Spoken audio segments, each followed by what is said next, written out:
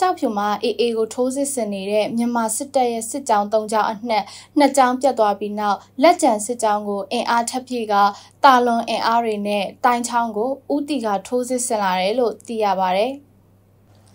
တက်ပြက်ပြီးနောက်ကြံနေသေးတဲ့နောက်စစ်ကြောင်းကိုအင်အားထပ်မံဖြည့်တင်ကတာလွန်အင်အားတွေနဲ့လေကြောင်းရေကြောင်းမြေပြင်လက်နက်ကြီးပစ်ကူတွေယူပြီး AA ထိန်းချုပ်ထားတဲ့တိုင်းချောင်းရွာကိုထပ်မံထိုးစစ်ဆင်လာတာပါ။အဲ့ဒီလိုထိုးစစ်ဆင်လာရာကနေတိုက်ပွဲအပြင်းအထန်ဖြစ်ပွားနေတယ်လို့မြေပြင်ဒေသခံစစ်ရေးသတင်းရင်းမြစ်ကပြောဆိုပါတယ်။ပြီးခဲ့တဲ့ရက်ပိုင်းကဇိုင်ချောင်းအကျော်မှာဖြစ်ပွားခဲ့တဲ့တိုက်ပွဲမှာစစ်ကြောင်းတက်ပြက်ရလာအောင်အထိနာခဲ့ပြီးနောက်ထပ်တစ်ဖန်ပြန်လဲစုဖွဲ့ကထိုးစစ်ဆင်ခဲ့တာလို့သိရပါတယ်။